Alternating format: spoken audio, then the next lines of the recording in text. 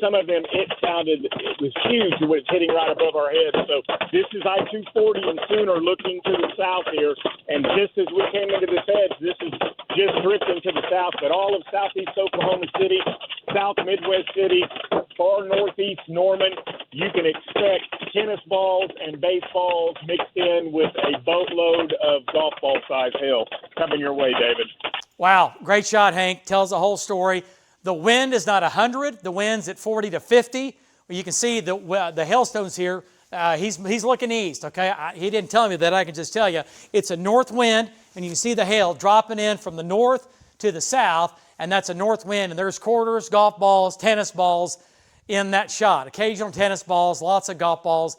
Damaging wind. We've had damaging hail. We've had many, many cars with, again, total damage. Windows blown out in cars. All right, let's get back to it here, and let's go back to links.